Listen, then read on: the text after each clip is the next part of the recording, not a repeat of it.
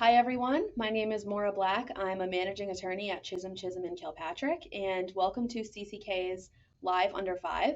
Today we're going to be discussing the Equal Access to Justice Act and how that impacts VA claims.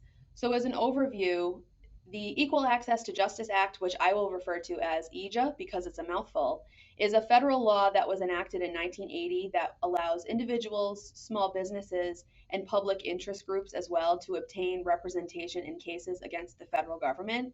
And a primary feature of the EAJA that's relevant to today's discussion is that the litigants who do pursue cases against the federal government are not expected to pay their own attorney's fees if they're successful in those cases.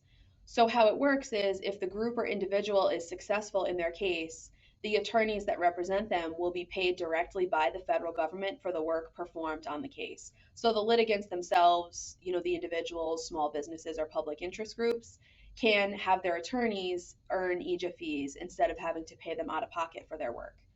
The EAJA Act covers the reimbursement for reasonable fees and expenses, so that's generally speaking the standard. And there are four elements that must be met in order for an attorney to collect fees under the EAJA. First, the litigant has to show that they were the prevailing party, which means that they, in our cases, the veteran, was successful at court against the government, so in our cases, the VA. Again, the EAJA applies to other types of litigation, but I think for our purposes and those of you watching who are specifically in the VA benefits world, it helps to kind of think that the person who's applying for the EAJA fees is the attorney that represents the veteran, and the government that they are in a case against is the VA or the government agency. So, first element, again, you have to show that you're the prevailing party in the case.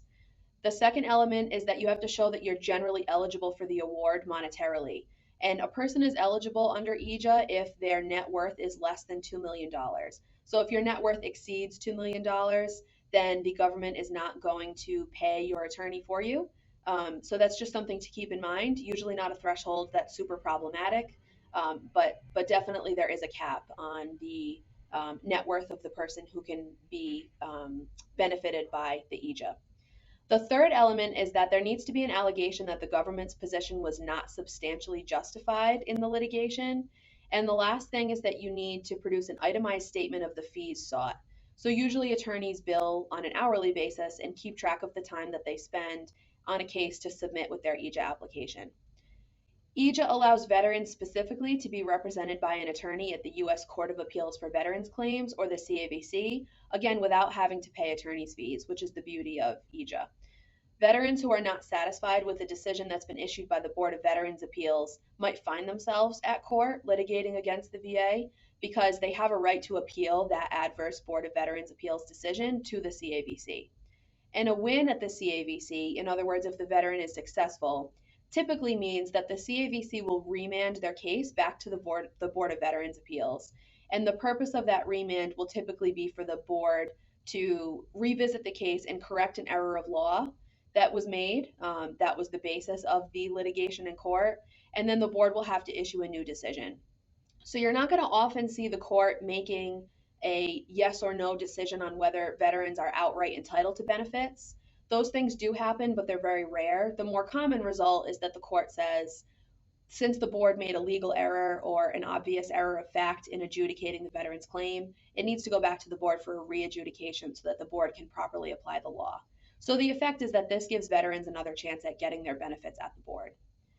Attorneys representing veterans at the CAVC only receive EAJA fees paid by the government if they're successful in winning the veteran's case. That kind of goes to the first element that I discussed earlier, the prevailing party element.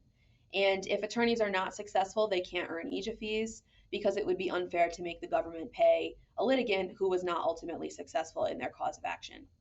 I hope that this was helpful. Please feel free to take a look at other materials we have on our website or our YouTube channel about EAJA or the Equal Access to Justice Act. And thank you so much for tuning in today. We hope to see you again next time.